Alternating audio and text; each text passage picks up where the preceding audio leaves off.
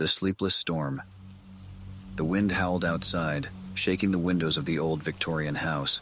Rain pounded against the roof, creating a cacophony of noise that echoed through the empty rooms. The night was dark, and the storm showed no signs of abating. It was the kind of night that made sleep impossible. John lay in his bed, wide awake, his mind restless. The shadows cast by the flickering candlelight danced ominously on the walls, playing tricks on his already tired eyes. The storm rattled his nerves, intensifying his sense of unease. He glanced at the clock on his nightstand, 2:37 a.m., hours since he had last closed his eyes. In an attempt to find solace from the storm, John decided to get out of bed and make some tea. He stumbled down the creaky stairs, the darkness conspiring against him. The house seemed to have a life of its own tonight, its ancient bones groaning and settling.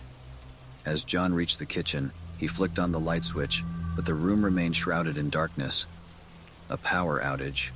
He sighed, feeling a chill crawl up his spine. The house seemed to grow colder with each passing moment. Ignoring the absence of light, John fumbled his way through the kitchen, locating a flashlight and a pack of matches. The dim beam of the flashlight cast eerie shadows, revealing the worn-out features of the house. Dust-covered furniture and peeling wallpaper gave the impression of a forgotten time. As he struck a match, the tiny flame illuminated the room, briefly revealing a figure standing in the corner. John's heart skipped a beat, but as the match burned out, the figure vanished into the darkness. Shaken but determined to proceed, John lit a candle and placed it on the kitchen counter. The flickering flame provided a meager source of light, barely illuminating the room. He reached for a teapot and began to fill it with water, the sound of rain pounding on the windows drowning out his thoughts. Suddenly, a deafening crash echoed from upstairs, causing John to drop the teapot. The noise reverberated through the house, leaving an unsettling silence in its wake. Fear gripped him as he realized he was not alone. With cautious steps, John climbed the stairs, the weight of each footfall magnified by the silence. As he reached the landing, he noticed an open door leading to the attic. A cold draft seeped through, ruffling his hair. The temptation to investigate was overpowering, and he found himself drawn towards the dark opening. The wooden steps creaked under his weight as he ascended into the abyss of the attic. The air grew musty and stagnant, filling his lungs with an unsettling scent. Moonlight filtered through a cracked window, casting a pale glow on the scattered debris and forgotten artifacts. John's eyes were immediately drawn to an old rocking chair, slowly swaying back and forth.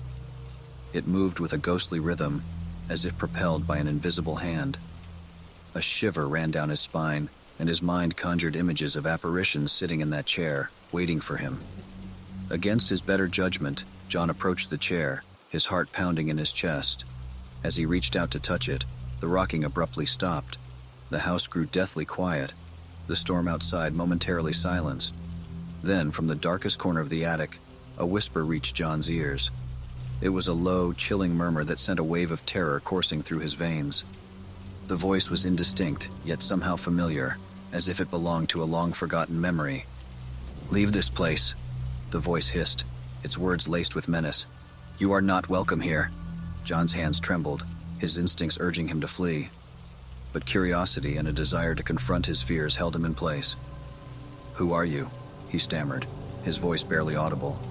The room grew colder, the air thick with an ominous presence.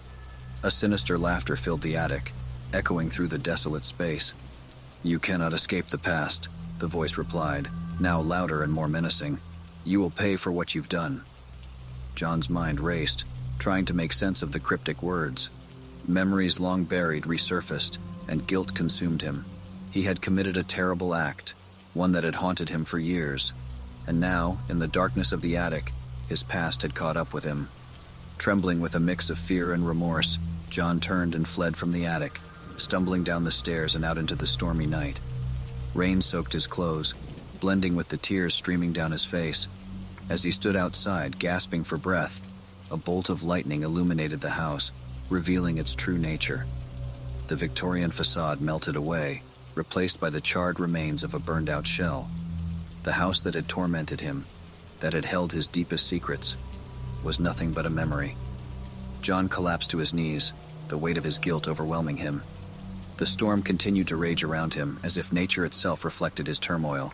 Today was a sleepless night, haunted not only by the storm, but by the demons of his past. And as John wept in the rain, he knew that some nightmares are not confined to the darkness of night, but reside deep within our souls, forever tormenting us in the waking hours.